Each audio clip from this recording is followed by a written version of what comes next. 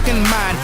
I'm out of my mind, out of my I'm out of my out of my I'm out of my fucking mind, out of my fucking mind. What's your name, B.o.B, so they calling you Bob?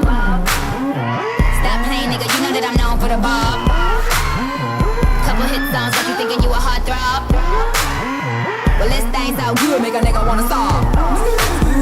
You don't need a feature, nigga, I'm the feature. You gon' be the priest, and I'ma be the preacher. You gon' be the him, I'ma be the Shira. You gon' be the grim, I'ma be the river. Got airplanes and night skies like shooting stars.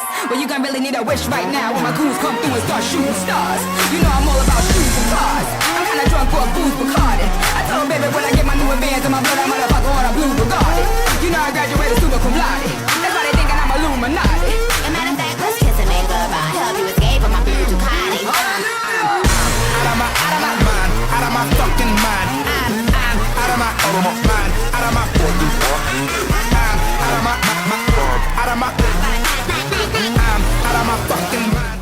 So my name is Danyel Moulton. I'm 24. I'm from Fullerton, California. I've been dancing for, oh no, this makes me sound old, 8 years now. So I started with like contemporary jazz, all of that, and I went to a performing arts school. Then I went to UCLA and I joined a bunch of collegiate dance teams, and then I made VMO, LFG, which were my own teams. My role as a choreographer has kind of shifted. I'm still a teacher. Obviously I teach Zoom classes and I teach high school, but also like my role as an educator has definitely shifted with the pandemic, with everything that, especially George Floyd, everything that happened, and kind of like the rise in social injustice makes it really evident that there's people in the community that profit off of Black culture but don't acknowledge what's happening. So now that's kind of the forefront of what I talk about in either like my lectures or classes, and connecting that back to dance. Because at the end of the day, for hip hop, it's Black struggle turned into Black joy, but not simply acknowledging what's happening with Black lives is like the bare minimum that we can do, especially when there's a lot of people who are guests of the culture. So it's not a role that I did by choice, but it was more so by need, but I'm glad to be a part of that and educate in the best way I can. I think a huge thing is making sure that spaces are safe, whether that is physically, how you feel going into the room, how the teacher makes you feel, how you show up. And that's really evident with the pandemic because we were all at home. So today I really focused on, telling them like, where are you doing this in your head? So like for me personally, if I go to class and I'm not comfortable with the teacher, I don't know the environment and I feel kind of closed off, I'm like, okay, I'm going to imagine that I'm doing this piece on stage and I'm the only person that's doing it. The audience doesn't know the choreography, so I just have to be the most confident, and then I kind of frame that in a way that makes me feel safe. So then I ask them to do the same thing and figure out like, where do you feel the most confident? Where do you feel the most comfortable? And then we reel back and it's like, okay, outside of dance, how do you feel? Inside dance, how do you feel? And connecting those two. Same thing with education. How do you feel as someone who does not identify as a dancer, a regular human being in this world? And then how do you show up as a dancer? So it's kind of like fluctuating between those two things, and that goes with moves and that also goes with mentality. So I kind of focus on that.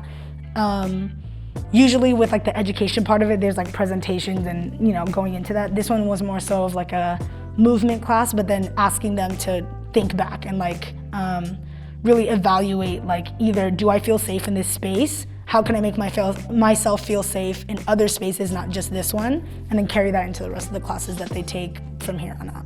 I think the biggest thing is like the creating a safe space within, again, the classes that I teach or the teams that I direct. And even I was telling the people that took class today, like, people should not have to earn safety from you. So people should not have to audition for your team or get to know you personally for them to feel safe around you or feel like they've earned that like protection from you in that way. So a big thing is making sure we can bring that into the dance space, rather than like, oh, we're gonna pick up where we left off before the pandemic. Like, picking up where we left off is not an option. We have to make new rules and like make sure that there are some things that can't be tolerated, and the safe space has to come before the dancing.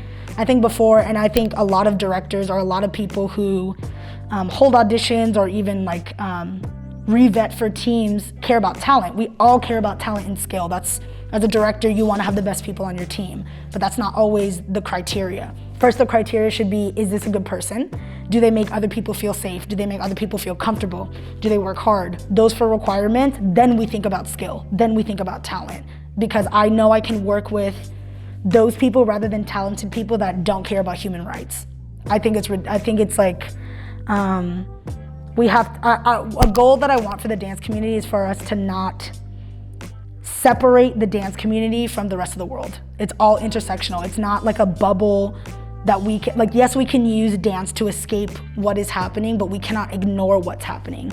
And just acknowledging the things that are going on around us, like, will help us in that space, because obviously dancing, we're creating from our own personal experiences, other people's personal experiences.